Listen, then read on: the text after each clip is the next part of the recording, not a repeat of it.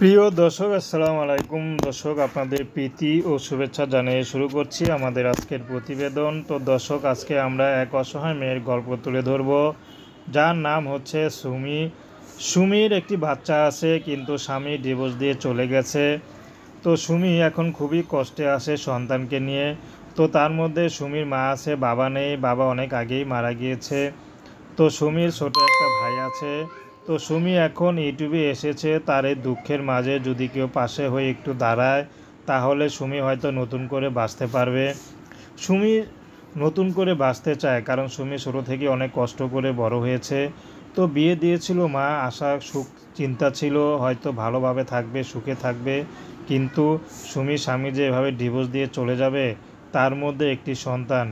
একদিকে তো সুমি কষ্ট করতেছিল, তো আর এখন তার সন্তান সহ কষ্ট করতে সুমির আর ভালো লাগে না।